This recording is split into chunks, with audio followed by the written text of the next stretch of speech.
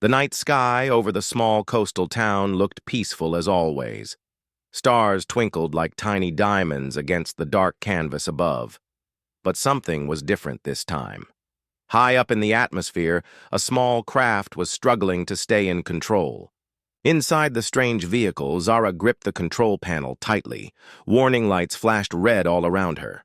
Her home planet of Kepler 442b was millions of miles away, and now she was in serious trouble. The young alien scout had been on a simple mission: just observe Earth and its people from a safe distance.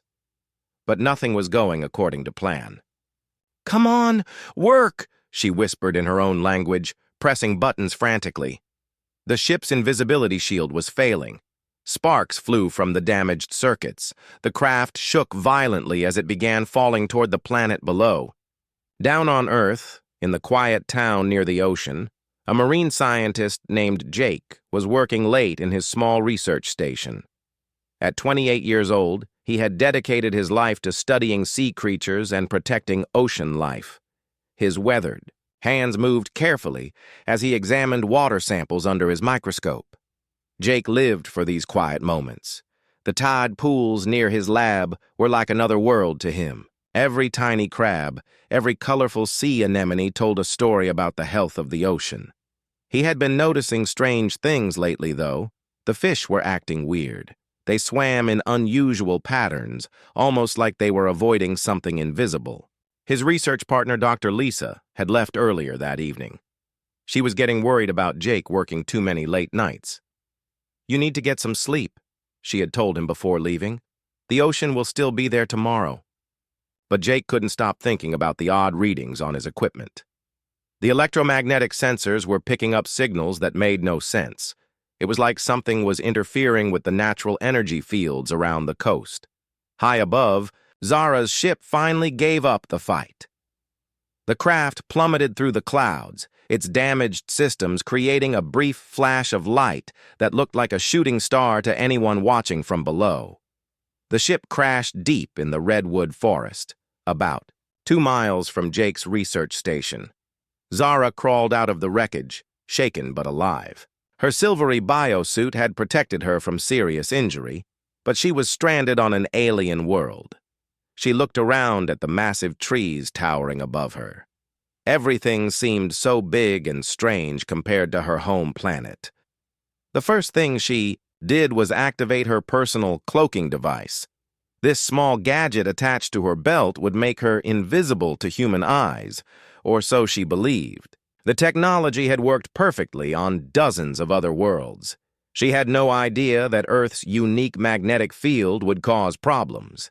As Zara walked through the forest toward the coast, her cloaking device flickered on and off without her knowing. Sometimes she was completely invisible. Other times, parts of her body could be seen. But she felt confident and safe, thinking no human could detect her presence. Back at his lab, Jake noticed his instruments going crazy. The electromagnetic readings spiked to levels he had never seen before. The computers were recording data that didn't make any scientific sense. Whatever was causing this disturbance was getting closer to the ocean. He stepped outside onto the wooden deck of his research station. The cool night air carried the familiar smell of salt water and seaweed. But something felt different. The usual sounds of the night seemed muted. Even the waves hitting the rocks below sounded strange. Jake picked up his handheld scanner and pointed it toward the forest. The device immediately started beeping rapidly. There was definitely something out there that didn't belong. His scientific mind raced with possibilities. Could it be some kind of new phenomenon? Maybe unusual solar activity affecting the local environment? Meanwhile, Zara had reached the edge of the forest. She could see the ocean stretching out endlessly before her. The sight filled her with both wonder and homesickness. Her own planet had beautiful purple seas, but Earth's blue waters had their own mysterious beauty. She needed to study these humans up close to complete her mission. Her people back home were counting on her report. They needed to know if Earth could provide safe sanctuary for some of their own sea creatures, whose home waters were becoming polluted by industrial accidents. Zara decided to set up a temporary camp in a hidden cave near the shoreline. From there, she could observe the human scientist she had noticed working late at the research station. He seemed different from other humans she had watched from orbit. He moved gently around the sea creatures, never harming them, always treating them with respect. As dawn approached, Jake finally packed up his equipment and headed home. He lived in a small cottage just a 10-minute walk from the lab. But he couldn't shake the feeling that he was being watched. Several times he turned around, thinking he saw movement in his peripheral vision, but there was never anything there. What Jake didn't know was that Zara was following him, studying his every move. Her cloaking device continued to malfunction, making her visible for brief moments. But Jake was too tired and distracted to notice the strange shimmers in the air around him. The next morning would bring even stranger discoveries for both of them. Neither Jake nor Zara realized that their worlds were about to collide in ways that would change everything they thought they knew about life in the universe. The stage was set for an encounter that would test everything they believed about their own species and the possibilities of friendship across the stars. The sun was just starting to peek over the horizon when Jake woke up that morning. He had barely slept 3 hours, but his mind was still buzzing with questions about the strange readings from the night before. Something was definitely happening near his research area, and he needed to figure out what it was. He grabbed his thermos of coffee and headed out earlier than usual. The morning air was crisp and fresh, filled with the sounds of seagulls calling to each other.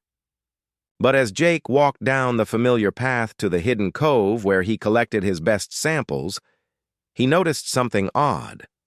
The birds seemed to be avoiding a particular area near the water. Jake had been coming to this secluded spot for almost 2 years. It was his favorite place because tourists never found it, and the tide pools here were rich with marine life. The rocky coastline created perfect little pools where sea stars, crabs, and colorful fish got trapped during low tide. What Jake didn't know was that Zara had discovered this same cove the night before. She had spent hours watching the moon, reflect on the water, feeling homesick for her own planet's 3 silver moons. The peaceful sound of waves had reminded her of home, and she decided this would be the perfect place for her morning cleansing ritual. On her home planet, every member of her species performed this daily ceremony.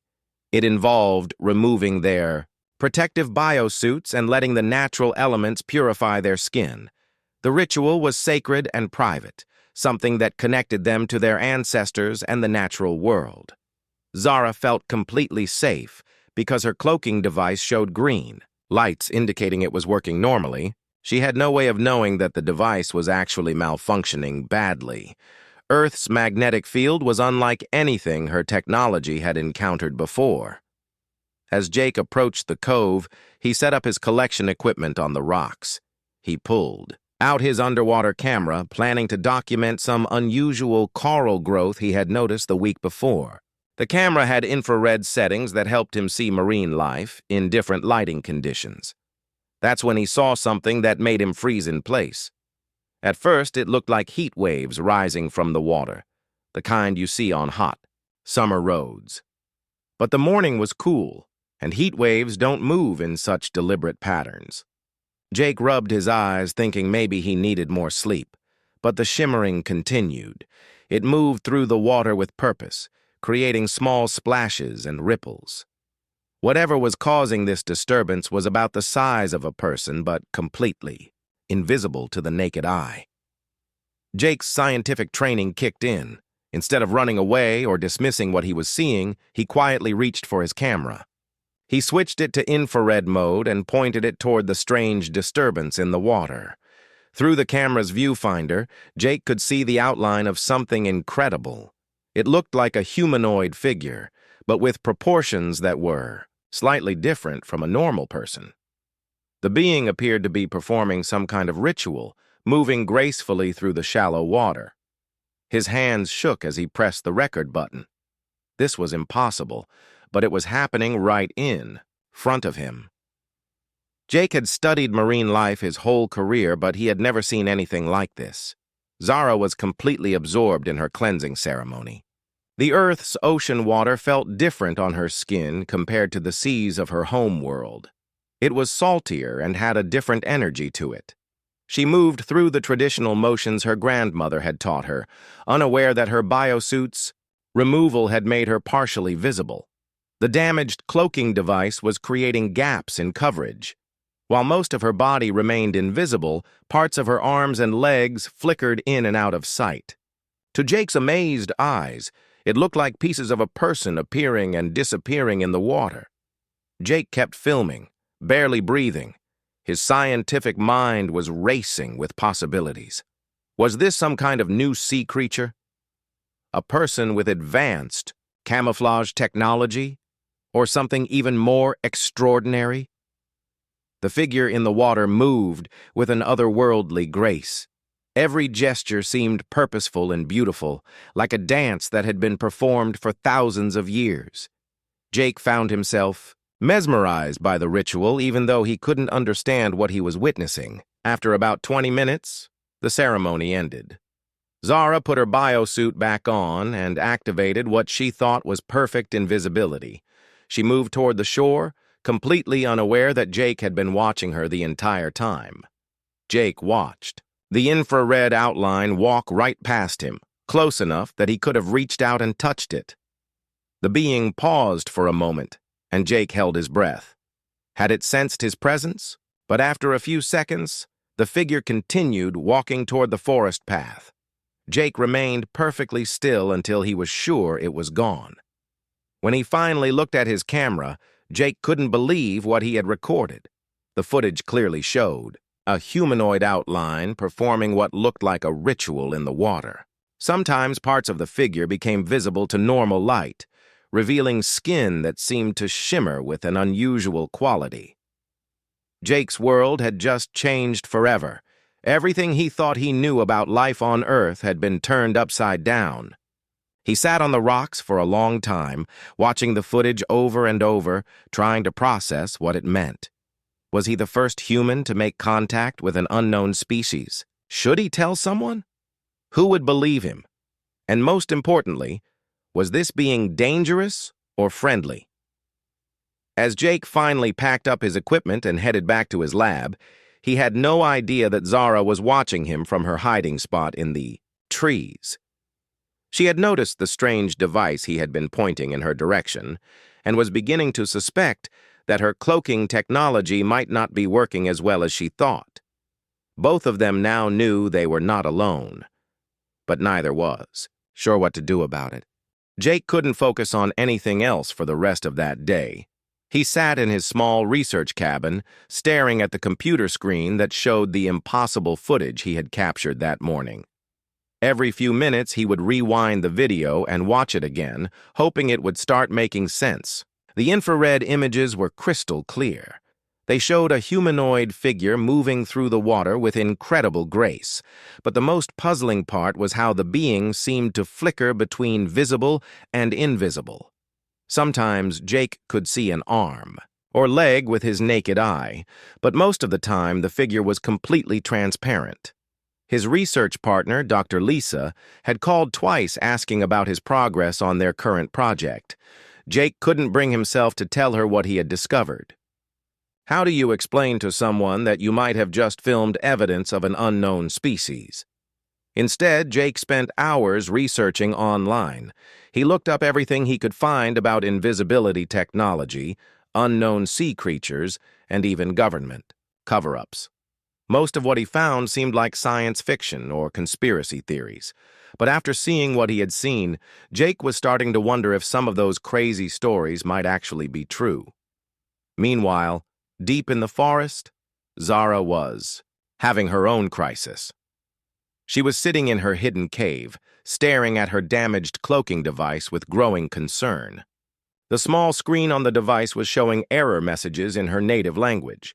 The words roughly translated to magnetic interference detected and coverage compromised. Zara's heart sank as she read the warnings. Her people's technology had been tested on hundreds of worlds, but Earth's magnetic field was apparently unlike anything they had encountered before. The device that was supposed to keep her completely hidden was failing, and she had no way to fix it. She thought back to her morning ritual at the cove. Had the human scientist seen her? She remembered noticing him pointing some kind of device in her direction. At the time, she had assumed it was just equipment for studying sea life, but now she was starting to worry that it might have been something more. Zara activated her ship's communication system, hoping to contact her home planet for guidance. But the damaged vessel could only send very weak signals across such a vast distance.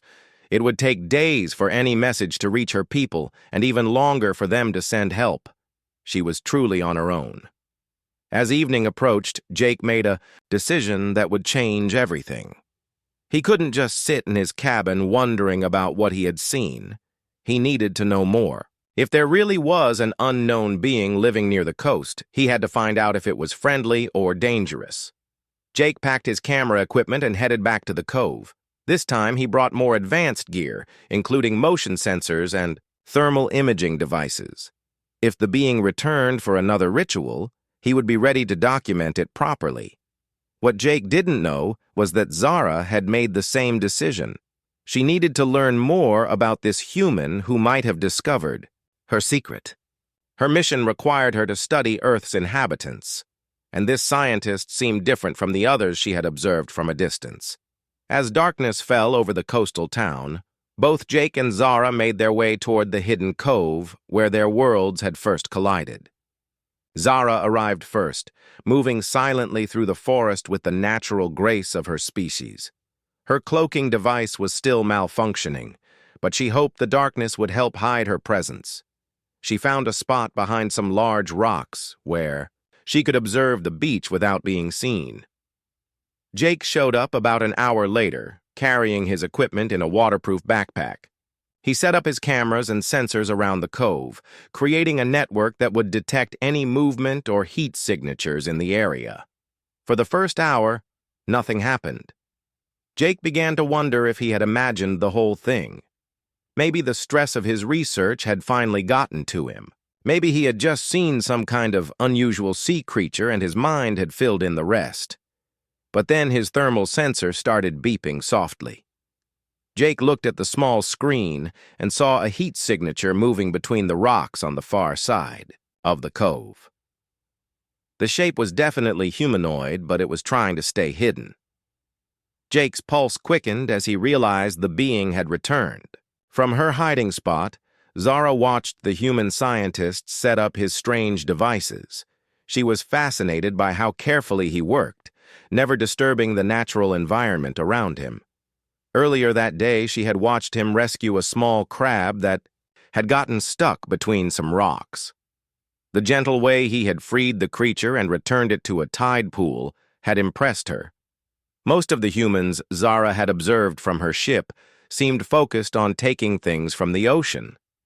They caught fish, collected shells, and sometimes even damaged the coral reefs. But this scientist seemed different. He appeared to be protecting the sea life rather than exploiting it. As Jake adjusted his equipment, Zara made a decision that surprised even herself. Instead of staying hidden, she decided to get a closer. Look at this unusual human. Her cloaking device was unreliable anyway, so what did she have to lose? She began moving carefully from rock to rock, getting closer to where Jake was working. Her damaged technology flickered on and off, making her appear as brief flashes of movement in Jake's peripheral vision. Jake noticed the movement immediately. His heart started racing, but he forced himself to stay calm. This was the opportunity he had been hoping for. Very slowly, he reached for his camera and activated the infrared setting. Through the viewfinder, Jake could see the outline of the being as it moved closer to his position. It seemed curious rather than threatening, almost like it was studying him just as intensely as he was studying it. For several minutes, they observed each other in this strange dance of mutual discovery. Jake kept perfectly still, not wanting to scare the being away. Zara crept closer and closer, fascinated by the human's patient behavior. Then something unexpected happened. Jake's motion sensor fell off its rocky perch and clattered onto the beach with a loud noise. Both Jake and Zara froze. In that moment of surprise, Zara's cloaking device completely shut down. For the first time, they could see each other clearly in the moonlight. Jake found himself looking at a being that was unmistakably intelligent, and undeniably not from Earth. Zara realized that her cover was completely blown. They stared at each other across the beach, both wondering what would happen next. Time seemed to stop as Jake and Zara stared at each other across the moonlit beach.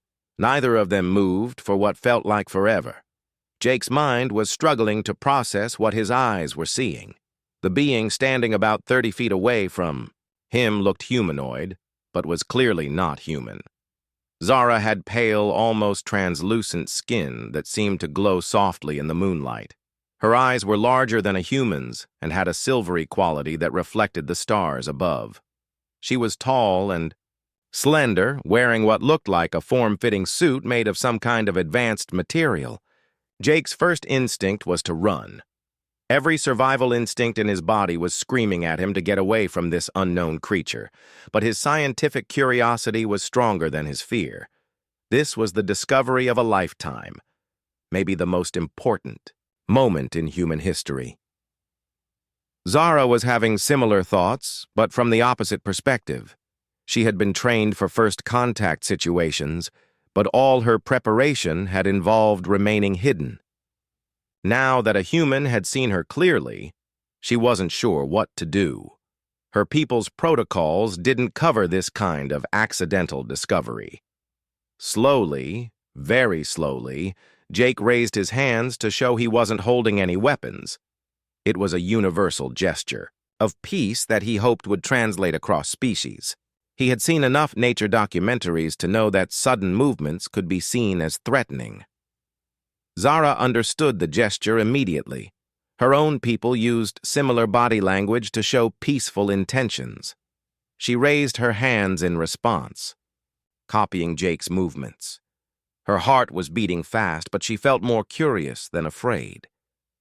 "Hello," Jake said softly, his voice barely louder than the sound of waves hitting the shore. Zara tilted her head, clearly not understanding the word, but recognizing it as some form of communication attempt. She reached for a small device attached to her belt and activated it. The device began glowing with soft blue light. Jake watched, in amazement, as the device seemed to analyze his speech. After a few seconds, it made a soft, chiming sound. Zara looked at the device and then back at Jake. "Hello," she said. But her voice had a musical quality that made the word sound completely different from how Jake had said it. Jake's eyes widened in surprise. "You can speak English?" Zara looked at her device again and listened to it make more soft sounds. "Your language? My device learns it quickly," she said, her accent making every word sound like she was singing. "This is incredible," Jake whispered. "You're really not from Earth, are you?" Zara shook her head. "I come from far away, very far." She pointed, up at the stars. "My home is there, around a different sun." Jake felt dizzy with the implications of what she was telling him. "Why are you here? Are there others?" "I study your world," Zara explained, her English getting better with each sentence as her device continued learning. "My people need to know if Earth can help us." "Help you how?" Zara looked sad for a moment. "Our oceans are dying. Poison in the water. Our sea creatures need new home, or they will all die." Jake felt his heart break a little at her words. As someone who had dedicated his life to protecting marine life, he understood exactly what she was talking about. "That's terrible. I'm sorry." "You protect sea life here," Zara said, surprising Jake. "I watch you. You save small creatures, study them with care. You are different from other humans." "You've been watching me?" Jake asked, not sure if he should feel flattered or worried. "For several days," Zara admitted. "I need to understand humans before I report to my people. Most humans take from ocean, hurt creatures, but you help them." Jake slowly sat down on a large piece of driftwood, trying to process everything. So you're like a scout, exploring new worlds? Zara nodded and carefully moved closer. She sat on another piece of driftwood about 10 feet away from Jake. Yes, my people send scouts to many worlds. We look for places where our creatures can survive. And you've been invisible this whole time? Zara looked embarrassed and touched her. Damaged cloaking device. Supposed to be invisible. But Earth's energy field breaks my technology. I think you see me sometimes, yes? Jake laughed, surprising himself. Yes, I definitely saw you. I got it on camera. Zara looked alarmed. Camera? Jake realized he might have made a mistake mentioning that. Don't worry, I won't show it to anyone, I promise. Why not? Zara asked, genuinely curious. Your people would want to know about me, yes? Jake thought about that for a moment. Some would, yes, but others might want to hurt you or capture you for experiments. I don't want that to happen. Zara studied Jake's face, trying to read his emotions. Her people were naturally good at understanding the intentions of other beings, and everything about Jake suggested he was telling the truth. You are kind, she said finally. Like when you saved Small Crab yesterday. I watch you be gentle with all creatures. You saw that? Jake smiled. I couldn't just leave it trapped. This is why I decide to trust you, Zara said. Being who cares for smallest creatures will not hurt me. They sat in comfortable silence for a few minutes, both processing the enormity of what was happening. Jake was the first human to make contact with an alien species. Zara was the first of her people to communicate directly with a human. What happens now? Jake asked eventually. I don't know, Zara admitted. This was not in my training. I supposed to stay hidden, study your people, and report back. What will you report? Zara looked out at the ocean, thinking carefully. I will tell them that some humans are good, that maybe we can work together to save both our world's creatures. Jake felt a surge of hope. I'd like that. I've spent my whole life studying ways to protect marine life. Maybe I could help. But first, Zara said, looking back at Jake, I need to fix my ship. It crashed in forest when I arrived. Without it, I cannot contact my people. Maybe I can help with that too, Jake offered. I'm good with technology, and I have access to equipment and tools. Zara smiled for the first time since Jake had met her, and her whole face seemed to light up.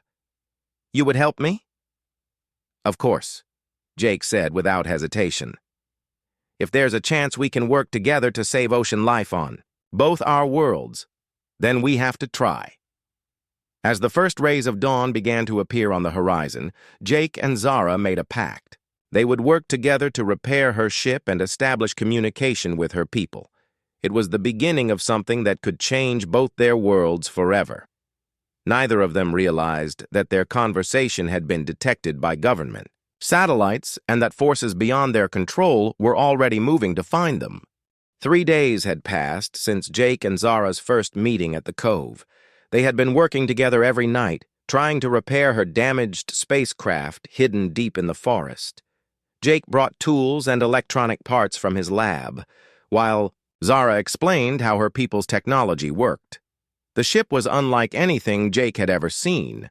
It was made of a metal that seemed to shift color depending on the angle you looked at it. The inside was filled with controls that responded to touch and thought rather than mechanical buttons. Most of the damage was to the communication system and the cloaking device that kept the ship hidden from human detection. During their time together, Jake learned amazing things about Zara's world. Her planet had 3 moons and purple oceans, filled with creatures that could survive in both water and air. But industrial accidents had poisoned much of their sea life, forcing her people to search for new homes for their marine animals. Zara learned about Earth's own environmental problems. Jake showed her pictures of coral reefs destroyed by pollution, sea creatures harmed by plastic waste, and fish populations declining due to overfishing. She was surprised to discover that humans were facing many of the same challenges as her own people. Your species is still young, Zara told Jake as they worked on rewiring a damaged panel. My people made same mistakes thousands of years ago. We learned too late to prevent much damage. Maybe that's why you're here, Jake said, to help us learn before it's too late. But their time together was running out faster than either of them realized. On the morning of the fourth day, Jake arrived at his lab to find Dr. Lisa waiting for him with a worried expression. She had been his research partner for 2 years and knew his habits better than anyone. "Jake, we need to talk," she said seriously. "You've been acting strange all week. You're exhausted, you're distracted, and yesterday I found equipment missing from our storage room." Jake felt his stomach drop. He had been so focused on helping Zara that he hadn't been careful enough about covering his tracks. "I can explain," he started, but Lisa held up her hand. "There's more," she said. "This morning I got a call from some government officials. They're asking questions about unusual electromagnetic readings in our area. They want to inspect our equipment and review our research data." Jake's blood turned cold. If government agents started investigating the area, they would eventually find Zara's ship. He had to warn her immediately. "When are they coming?" Jake asked, trying to sound casual. "This afternoon," Lisa replied. "Jake, if you know something about these readings, you need to tell me. We could lose our research funding if they think we're hiding something." Jake looked at his partner and friend, wishing he could tell her the truth. But he had promised Zara he would keep her secret. Too much was at stake. "I don't know anything about unusual readings," he lied, hating himself for it. "Maybe it's just equipment malfunction." Lisa studied his face carefully. She could tell he wasn't being completely honest, but she decided not to push him further. "Just be careful, Jake. Whatever you're involved in, make sure it's worth the risk." As soon as Lisa left, Jake packed emergency supplies and headed for the forest. He found Zara working frantically on her ship's communication array. She looked up when she heard him approaching, and he could see fear in her large silver eyes. "My people come today," she said urgently. "I finally get message through. Rescue ship arrives in few hours." "That's great news," Jake said, but then he remembered why he had come. "But we have a problem. Government agents are coming to investigate the area. They know something unusual is happening here." Zara's hands froze on the control panel. "How long do we have?" "Maybe 2 or 3 hours before they start searching the forest," Jake estimated. They worked together desperately, trying to get the ship's systems operational before either the government agents or Zara's rescue ship arrived. But as they worked, both of them realized that their time together was coming to an end. "I will miss this," Zara said quietly as she adjusted a crystal component in the ship's core. "Working with human who understands importance of protecting life." "I'll miss it too," Jake admitted. "I've learned more in the past few days than in years of research." Just then, the ship's communication system came to life with a series of musical tones. Zara listened carefully and then turned to Jake with a mixture of excitement and sadness. "My people are here," she said. "Ship is waiting in orbit." Through the trees above, Jake could see a faint shimmer in the sky that didn't look like any natural phenomenon. Zara's rescue had arrived, but as they prepared for her departure, they heard something that made both their hearts sink. In the distance, they could hear the sound of helicopters approaching. "Government forces," Jake said grimly. "They're starting their search." Zara looked torn between staying to help Jake and leaving to avoid capture. Her people's ship couldn't wait long without risking detection by Earth's military satellites. "You must go," Jake told her. "If they catch you, it could cause problems between our species for generations." "But what about you?" Zara asked. "They will question you about strange readings." Jake smiled sadly. "I'll tell them it was equipment malfunction. They'll never believe the truth anyway." As the helicopter sounds got closer, Zara made a decision. That surprised Jake. She pulled a small device from her belt and pressed it into his hands. Communication device, she explained quickly. It will work across space. When my people decide about Earth, I will contact you. Will I see you again? Jake asked. I hope so, Zara said. I will tell my people that some humans are worth trusting, that maybe our species can work together to save oceans on both worlds. The helicopters were getting very close now. Zara's ship began powering up, creating a low humming sound that Jake could feel in his bones. Go, Jake urged her, before it's too late. Zara hesitated for one more moment, then did something completely unexpected. She hugged Jake, just like humans do when they care about someone. Thank you for trusting me, she whispered, and for showing me that not all humans are the same. Then she climbed into her ship and sealed the entrance. Jake watched as the vessel rose silently through the trees and disappeared into the sky, leaving no trace that it had ever been there. Moments later, government agents in black uniforms emerged from the forest, led by a stern-looking woman with a military bearing. Sir, you need to come with us for questioning, she told Jake. We've detected unusual activity in this area. Jake nodded calmly. Of course, but I think you'll find it was just equipment malfunction from my research station. As they led him away, Jake touched the communication device hidden in his pocket. Someday, when the time was right, Zara would contact him again. And maybe, just maybe, their two species would find a way to work together to save the oceans of both worlds. 6 months later, Jake was back at his research station, working late as usual. His equipment suddenly picked up a familiar electromagnetic signature. He smiled as he activated the communication device Zara had given him. Her voice came through, clearly across the vast distance of space. Hello, my friend, she said. I have good news. My people want to meet with yours. Are you ready to help us save 2 worlds? Jake looked out at the ocean he had dedicated his life to protecting and smiled. I've been ready since the day we met, he replied. The real adventure was just beginning.